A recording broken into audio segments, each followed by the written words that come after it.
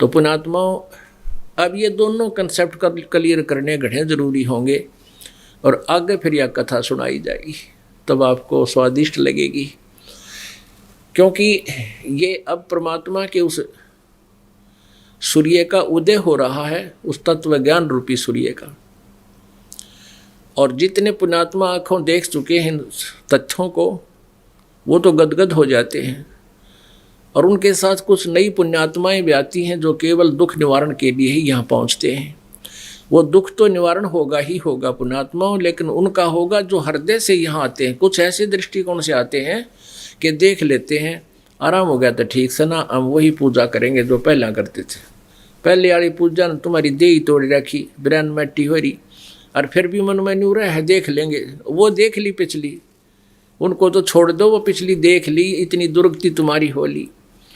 तो यहाँ जो पुण्यात्मा नई बार पहली बार आती हैं, दुख निवारण के लिए भी आती हैं, फिर उनको ये ज्ञान होगा कि सचमुच हम गलत कर रहे थे।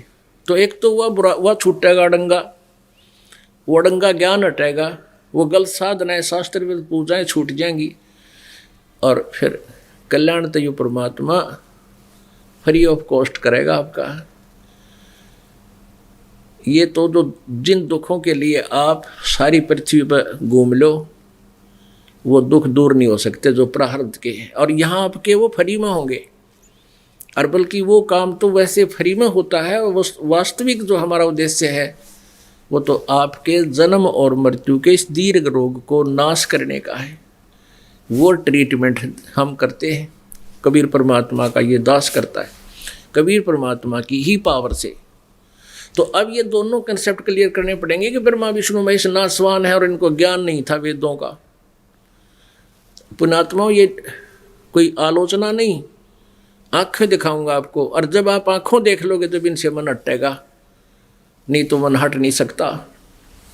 तो आपका मन हटा, वहाँ से हृदय हटाने के लिए ये ज्ञान दिया जा रहा है।